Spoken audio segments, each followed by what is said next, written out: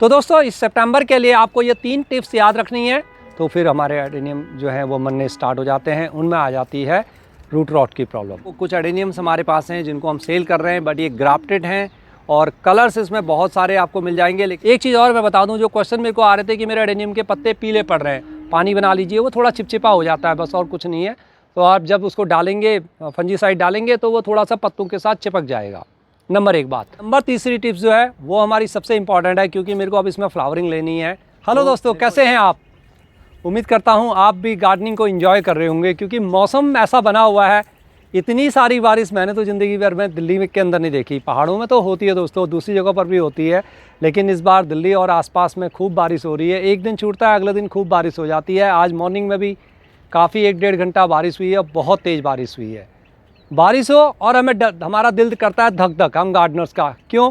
अगर हमने लगा रखे हैं एडेनियम, हमें लगता है डर कि यार मेरे एडेनियम ख़राब हो जाएंगे, और हम फटाफट आते हैं, कभी शेड में करते हैं, कभी बाहर लाते हैं, धूप आ गई, और बस इसी चीज़ में लगे रहते हैं, और फिर हमारा सारा इन्जॉयमेंट ख़त्म हो जाता है। और फिर अगर एडेनियम ख़राब होते हैं ना, फिर हमें लगता है कि यार छोड़ो, अब मेरे बस का नहीं है, ये चीज़ें मेरे बस की नहीं है गार्डनिंग करना, और हम बहुत जल्दी हिम्मत हार लेते हैं।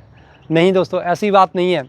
तो देखिए, मेरे भी एडेनियम बहुत सारे ही, लगभग, बहुत सारे नहीं, सब देखिए बारिश में रखे हुए हैं, और देखिए कितने सुंदर सुंदर इसके अंदर फूल भी खिल रहे हैं। हालांकि कहीं ना कहीं कुछ दिक्कत आ रही है। आप देख रहे हैं, ये देखिए, इसके साथ ये पत्ता, ये फंगस लग रहा है इसमें, इसके अंदर कहीं ना कहीं से कुछ हुआ होगा, ये पत्ता फंगस लग रहा है।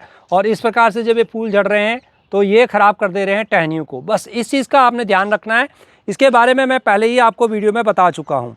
बारिश होने के बावजूद देखिए हमारी कितनी अच्छी फ्लावरिंग हो रही है। हालांकि इस वक्त जो फ्लावरिंग होनी चाहिए थी ना, वो और भी ज़्यादा अच्छी होनी चाहिए थी। और बारिश के कारण हो क्या रहा है, जब तेज़ बारिश आती है, हमारे फ्लावर 2 या 3 दिन के अंदर सब ख़त्म हो जाते हैं। 3 दिन का ही हम आनंद ले पा रहे हैं, जबकि एडेनियम ऐसा है जो 15-15, 20-20 दिन तक इसमें भर भर के फ्लावर आते हैं। चलिए, ये तो मौसम की मार हुई। तो अब मैंने क्या सीखा दोस्तों, कि एडेनियम, कौन कहता है कि एडेनियम को पानी नहीं चाहिए? बिल्कुल चाहिए। बस आपकी मिट्टी सही हो, वेल ड्रेन मिट्टी हो, तो कोई दिक्कत नहीं है एडेनियम को। किसी एक एडेनियम में भी 100 से ज़्यादा एडेनियम मेरे पास हैं, लेकिन दोस्तों टचवुड, लेकिन कोई भी एडेनियम मेरा ख़राब नहीं हुआ। किसी के अंदर रूट से संबंधित प्रॉब्लम नहीं आई। सिर्फ प्रॉब्लम आ रही है ऊपर आ रही है टहनियों में, जहाँ कहीं पानी अटक रहा है। और देखिए कितने सुंदर सुंदर फूल अब खिलने लगे हैं मेरे गार्डन में, अलग अलग कलर से, और बर्ड्स भी सब खिल रही हैं ऊपर, देखिए सब। हालांकि मैंने बीच में एक बार माइक्रो न्यूट्रिएंट्स उनको दिया था, जो मैंने आपको बताया था, लेकिन उसके बाद ही फिर बारिश आ गई, और फिर उसके बाद मैं इसको कुछ दे नहीं पाया। लगातार बारिशें इतनी हैं कि अब मैंने छोड़ दिया है इसमें कुछ देना, और धीरे धीरे अब मेरे फ्लावर्स खिलने लगे हैं। आज मॉर्निंग में 2 घंटे बारिश हुई है। अब मैं आपको अपना ये प्लांट दिखाना चाहता हूँ। ये देखिए दोस्तों, छोटे से गमले के अंदर लगा हुआ है, और ये देखिए इसके अंदर छोटा सा एक लगा हुआ है कोई किसी चीज़ का, लेकिन मैंने इसको यहाँ से कट कर दिया। रूट से मैं अभी निकाल नहीं रहा है, इस चीज़ का आपको ध्यान रखना है। ये छोटी छोटी वीड्स आती है ना, जो ऊपर ही जड़ रहती है, इनको तो आप निकाल सकते हैं, लेकिन जिनकी जड़ें नीचे तक चली गई है, उनको निकालने की बिल्कुल कोशिश नहीं कीजिए। कहाँ कोई दिक्कत है दोस्तों, देखिए बिल्कुल हेल्दी प्लांट है। खूब सारी पत्तियाँ भी आ रही हैं। पत्तियाँ मैंने काफ़ी हटा दी थी, उसके बावजूद इसमें पत्तियाँ आ गई हैं, क्योंकि नाइट्रोजन बहुत ज़्यादा मिल रहा है। और साथ में इनको दिक्कत क्या हो रही है कि सनलाइट तो बहुत ज़्यादा आती नहीं है। 1-2 दिन धूप आती है, फिर बादल लगे रहते हैं, फिर बारिश आ जाती है। तो दोस्तों ये कहने का मतलब क्या है कि एडेनियम ऐसा नहीं है कि पानी नहीं देंगे आप। देखिए बिल्कुल टाइट हो रखा है, बिल्कुल एकदम टाइट हो रखा है, और कोई प्रॉब्लम नहीं है। अब यही एडेनियम मैंने अगर शेड में रखा होता और मैं इसको पानी डालने से डरता, तो ये सॉफ्ट होता। अब सॉफ्ट एडेनियम क्या है दोस्तों, देखिए अगर एडेनियम सॉफ्ट है ना, अब आप उसमें फ्लावरिंग चाहते हैं, तो फिर आप कहेंगे कि हमारे एडेनियम में फ्लावरिंग नहीं होती है। पहले एडेनियम अपने आप को रिकवर करेगा, पहले अपना पेट पूरा भरेगा, समझ रहे हैं? इस कॉर्डेक्स को पूरा टाइट करेगा, और करते करते जब ये टाइट होगा, लगभग 15 से 20 दिन हो जाएंगे, उसके बाद उसकी अपनी जो प्रोसेस है वो स्टार्ट होगी, और वो धीरे धीरे फ्लावरिंग पर आना स्टार्ट करेगा। तो दोस्तों उसमें फिर समय लग जाता है, 1 महीने से ज़्यादा समय लग जाता है। तो आपको एडेनियम अगर लगाने का शौक़ है दोस्तों, अगर आप कर सकते हैं ना, तो एडेनियम की सॉइल को जिस तरीके से मैं आपको बताता हूँ, हमेशा वैसे ही करने की कोशिश करें। अवॉइड करें, आप मिट्टी इसमें बिल्कुल मत डालिए। अगर आप एडेनियम में मिट्टी को यूज़ कर रहे हैं, तो आपके एडेनियम में फंगस आएगा ही आएगा। बरसात में आपके एडेनियम मरेंगे ही मरेंगे। मैं पहले बहुत भुगत चुका हूँ इस चीज़ को। तो आप एडेनियम में मिट्टी को कम से कम कर दीजिए, बिल्कुल कम कर दीजिए दोस्तों। हालांकि एक चीज़ मैं और आपको बता दूं, मिट्टी में जितनी अच्छी ग्रोथ एडेनियम की होती है ना, किसी और सॉइल मीडिया में नहीं होती है, क्योंकि मिट्टी के अंदर हमारे बहुत सारे पोषक तत्व। तो खंगर हम कहते हैं, खंगर में थोड़ा सा पोटास ज़रूर होता है, लेकिन बाकी दूसरी चीज़ें उतनी ज़्यादा नहीं होती हैं, तो हमें उसमें सप्लीमेंट देते रहना पड़ता है। उसमें बार बार माइक्रोन्यूट्रिएंट देने पड़ते हैं, लिक्विड फर्टिलाइज़र हमें पड़ता रहता है। लेकिन मिट्टी के अंदर एक बार ही आपने डाल दिया तो आपका अडेनियम बहुत अच्छा ग्रोथ करेगा। लेकिन दिक्कत क्या आती है, जब बारिश होती है, जब ऐसी बारिशें होने लग जाए, जब विंटर आते हैं, विंटर में मिट्टी आपकी सूखती नहीं है और फिर नतीजन क्या होता है, ठंडी हवा चलती है और वो हवा जो है अडेनियम के कॉर्डेक्स को बिल्कुल सहन नहीं होती है, तो फिर हमारे अडेनियम जो है वो मरने स्टार्ट हो जाते हैं। उनमें आ जाती है रूट रॉट की प्रॉब्लम। तो अडेनियम मरते ही तब है। तो इसलिए ठीक है, मेरे को बहुत ज़्यादा ग्रोथ नहीं चाहिए। मैं ग्रोथ के लिए और भी तरीके हैं, बहुत सारे तरीके हैं जो मैं अडेनियम के लिए अपनी ग्रोथ कर सकता हूँ। मेरे अडेनियम बिल्कुल हेल्दी हैं और मेरे अडेनियम में अब मिट्टी जितने भी हैं सब में लगभग किसी में 10% है, किसी में 15% है जो पुराने वाले हैं। आप जो पुराने मेरे अडेनियम देख रहे हैं वो तो अब सब सेटल हो चुके हैं। उनके अंदर ज़रूर थोड़ा मिट्टी है पहले की, लेकिन अब मैं किसी भी अडेनियम में अपनी मिट्टी नहीं लगाता हूँ। मैं या तो खंगर का इस्तेमाल कर रहा हूँ या बजरी वाली जो सैंड होती है उसका इस्तेमाल कर रहा हूँ, या दोस्तों फिर दूसरी प्रकार की और राइसस और खंगर मिलाते हुए इन सब चीज़ों का इस्तेमाल कर रहे हैं। राइसस और खंगर का मेल ना बहुत अच्छा है। क्यों है अच्छा? क्योंकि इससे एक तो आपका गमला काफ़ी लाइट वेटेड हो जाएगा, और खंगर और राइसक और वर्मी कंपोज या अपने सूखे पत्तों की खाद आपने मिला के डाल दिया ना, आपको बोन मील ये वो सब डालने की ज़रूरत ही नहीं है। आप देखिए अडेनियम को लगा दीजिए, रख दीजिए पानी के अंदर, बहने दीजिए, जितना मर्जी पानी बह रहा है, बस इंजॉय कीजिए। बस उसको कभी कभी क्या है, उसमें महीने में 1 या 2 बार आप माइक्रोन्यूट्रिएंट्स का स्प्रे कर दीजिए, और 1-2 बार महीने में कोई पोटास डाल दीजिए, लिक्विड फर्टिलाइज़र। एक दो बार अगर आप चाहते हैं ग्रोथ हो रहे हैं तो जो न्यूट्रिशन आप दूसरे प्लांट्स को देते हैं, जैसे किचन कंपोस्ट की आपने लिक्विड फर्टिलाइज़र बनाया वो दे दीजिए।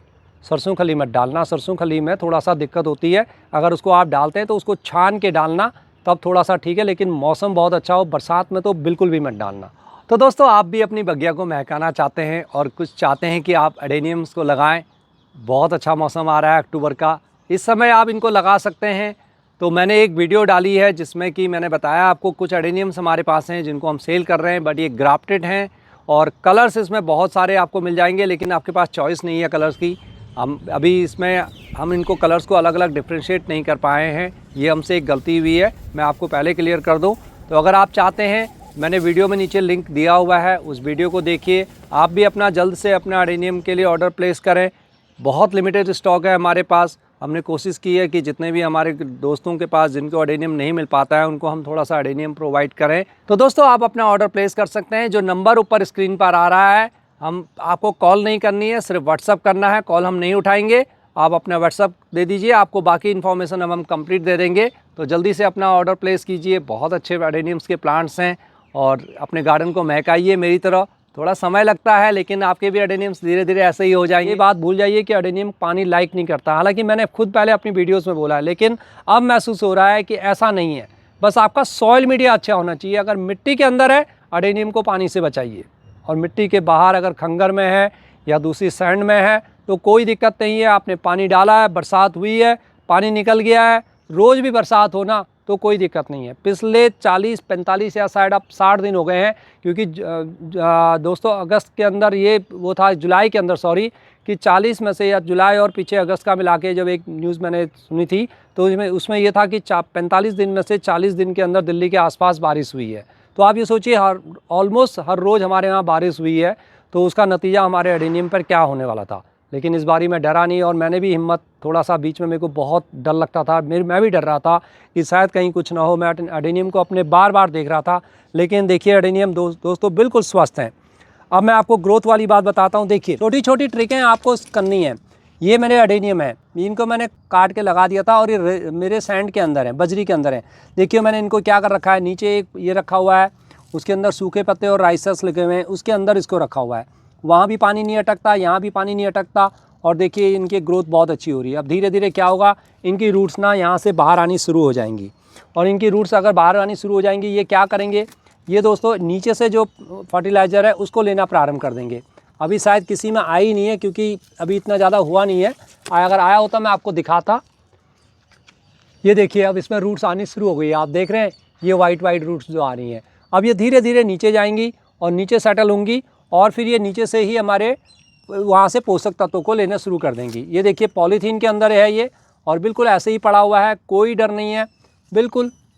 ये देखिए सिंपल, ये मिट्टी सैंड, इसमें मिट्टी बहुत कम है, 10% के आसपास में। ये मैंने वैसे ही लगा दिया था, पॉलीथीन भी फटी हुई है, इसको मैं अभी रिपोर्ट नहीं कर रहा हूँ। आप समझने की कोशिश करिए कि आप जो भी मीडिया बना रहे हैं आपको कॉन्फिडेंस होना चाहिए। कॉन्फिडेंस आपको कब आएगा? जब आप उसमें पानी डाल के देखेंगे। अगर मेरा ये मीडिया है और मैं इसमें पानी डालता हूँ तो 10 सेकंड के अंदर पानी सारा नीचे निकल जाना चाहिए। तो आपका मीडिया बहुत बढ़िया है, कुछ भी नहीं होने वाला। आपको जो उसकी सिर्फ उसकी जो देखभाल करनी है, उनकी इस टहनियों को देखना है, अपने पत्तों को देखना है, कहीं कोई गंदगी इस प्रकार की ना हो। ये देखिए जो ये छोटी छोटी चीज़ें हमारी, ये काला काला रह जाता है ना, ये फंगस पैदा कर देता है। और ये जब फंगस पैदा करता है तो धीरे धीरे वहाँ पर उसमें स्टेम में जो है वो सड़ने लगती हैं। तो बस यही इस चीज़ की एक यहाँ पर बरसात में दिक्कत होती है, अदरवाइज़ कोई दिक्कत नहीं होती है। अभी भी कुछ कलियाँ देखिए खिलने से पहले अभी भी ये ब्राउन हो रही हैं, कोई बात नहीं है, इनको होने दीजिए, कोई दिक्कत नहीं है। लेकिन समय आएगा ना, ये धीरे धीरे अपने आप खिलनी शुरू हो जाएंगी। दोस्तों इस सितंबर के लिए आपको ये 3 टिप्स याद रखनी है और अक्टूबर के अंदर आप बहुत ज़्यादा फ्लावरिंग को एंजॉय करने वाले हैं। या हो सकता है सितंबर एंड में भी आपको फ्लावरिंग मिल जाए, अगर थोड़ा सा बारिश 10-15 दिन कम हो गई तो। ये 3 टिप्स कौन सी हैं ये बताता हूँ मैं। उससे पहले दोस्तों अगर आप नए जुड़े हैं तो मेरे चैनल को सब्सक्राइब करें। वीडियो तो आप लाइक करते हैं, जो मेरे पुराने मित्र हैं उसकी मेरे को बोलने की आपको आवश्यकता नहीं है। आप अपने कमेंट्स दीजिए कि आपकी सॉइल मीडिया क्या है और आप कब चेंज करने जा रहे हैं और आप किस सिटी से हैं ये ज़रूर लिखा करें, क्योंकि सिटी का बहुत ज़्यादा फ़र्क पड़ता है। आप कहीं पर कोई शहर आपका ऐसा है जहाँ ह्यूमिडिटी बहुत ज़्यादा होती हो, या कोई शहर ऐसा है जहाँ बारिशें बहुत कम होती हो, धूप बहुत ज़्यादा आती हो, तो वो मेरे को पता होना चाहिए। अदरवाइज़ सब चीज़ों के लिए एक जैसा नहीं हो सकता है। दोस्तों बारिश सभी सिटियों में लगातार होती रहती है और सभी में बहुत ज़्यादा हो रही है इस बारी। तो इसलिए ये जो अभी टिप्स दे रहा हूँ ये तो सभी के लिए अप्लीकेबल है।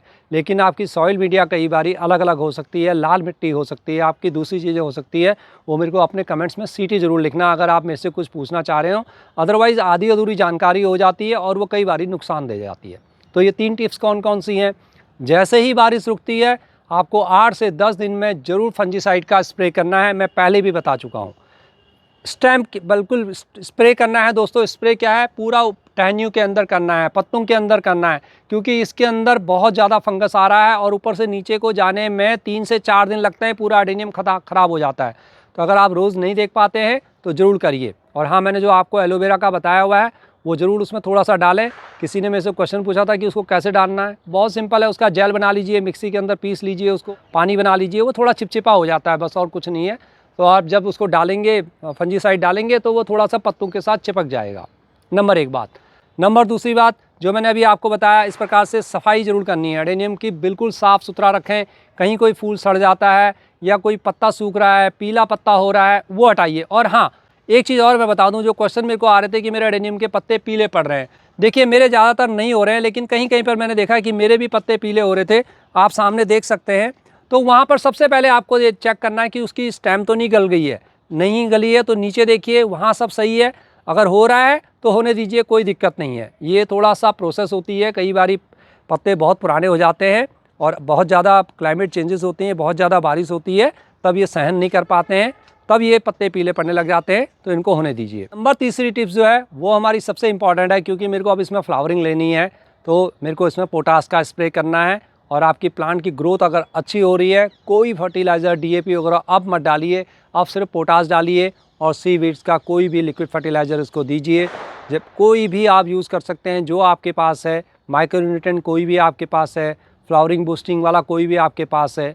आजकल बहुत सारी चीज़ें हैं, बहुत ऑप्शन है दोस्तों। पोटास आप बाज़ार से भी मंगा सकते हैं, ऑर्गेनिक पोटास यूज़ कीजिए। केले के छिलकों को कौन भूल सकता है? प्याज का छिलका डालिए ना, प्याज तो आप घर पे यूज़ करते ही होंगे, उनके छिलकों को बस अलग से किचन वेस्ट में ना डालें, एक जग में डाल दीजिए, 3-4 दिन भिगाइए उसको, थोड़ा सा उसमें गुड़ डाल दीजिए और उसको सुबह शाम थोड़ा सा हिलाएं। फिर उसके बाद छानते हुए पत्तों में स्प्रे कर दीजिए। और अगर नीचे सूख रखा है, आपके वहाँ बारिश नहीं हो रखी है, एडेनियम पानी मांग रहा है, तो वो पानी थोड़ा थोड़ा उसमें दे दीजिए। कम ज़्यादा का तो इसमें कोई मतलब ही नहीं होता। ये तो ऑर्गेनिक चीज़ें हैं, थोड़ा सा ज़्यादा डाल देंगे तो कोई फ़र्क नहीं पड़ेगा। लेकिन हाँ, फ़र्क पड़ता है पोटास अगर ज़्यादा हो जाए ना तो आपकी प्लांट की ग्रोथ रुक जाएगी। इस चीज़ का भी ध्यान रखें, बहुत ज़्यादा नहीं डालना है। जिस चीज़ को आप रिपीट करते हैं ना दोस्तों, बस 10 से 15 दिन, ऐसा नहीं है कि आप हर तीसरे दिन आके आज मैंने ओनियन पील डाल दिया, आज मैंने केले के छिलका का डाल दिया, आज मैंने ऑनलाइन से पोटास मंगाया था वो डाल दिया। बिल्कुल नहीं, अपने प्लांट को मत मारिए। जैसे हम भोजन करते हैं उसी प्रकार से प्लांट्स को बहुत कम रिक्वायरमेंट होती है इन सब चीज़ों की। टिप्स को फॉलो करते रहिए, मुझे फॉलो करिए। फिर मिलते हैं किसी और वीडियो में। वीडियो पसंद आई हो ना दोस्तों तो लाइक करते हुए ज़रूर जाना। नमस्कार, बाय बाय।